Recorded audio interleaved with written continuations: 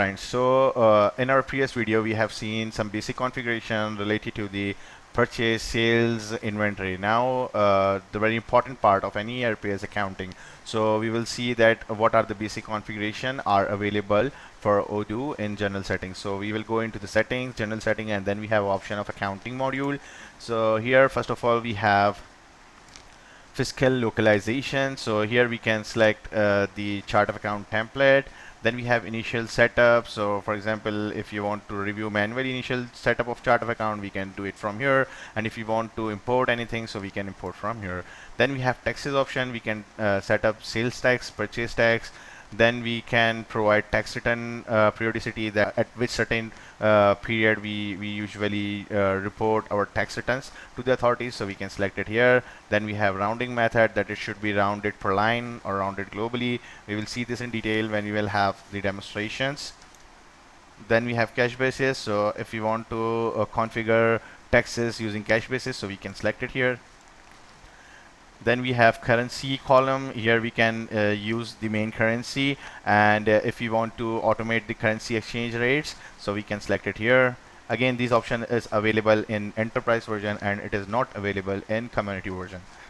So then we have custom invoices related accounting configuration, where we can define customer address, cash roundings, default Incoterms, and then we have default terms and condition for the invoicing. And if you want to manage the warnings, we want to have the receipt, so we can select it here. And if you want to manage the credit limit, so we can select here. Then we have customer payments. So if we want to manage the online payment for the invoices, we can select it. And if you want to manage the batch payment, so we can use this option. Then we have QR codes. So if you want to add a payment QR code to invoices, so we can select it. Then we have vendor bill related configuration, like if you want to activate the purchase receipt, and if you want to predict vendor bill product, so we can select here. Then we have vendor payment option. So if you want to print checks for the vendor, you can select it. And then we have digitalization, and after that we have some default accounts. It will be default for the transaction. So here we can use the default journal, gain and loss account, suspense account, outstanding receipts account, payments account, cash discount account, and discount loss account.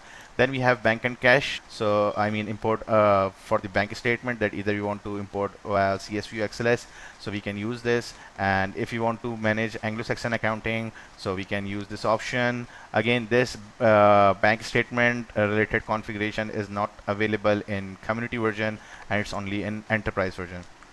Then we can set up fiscal period, that what should be our last day, and what and here we can define some fiscal years.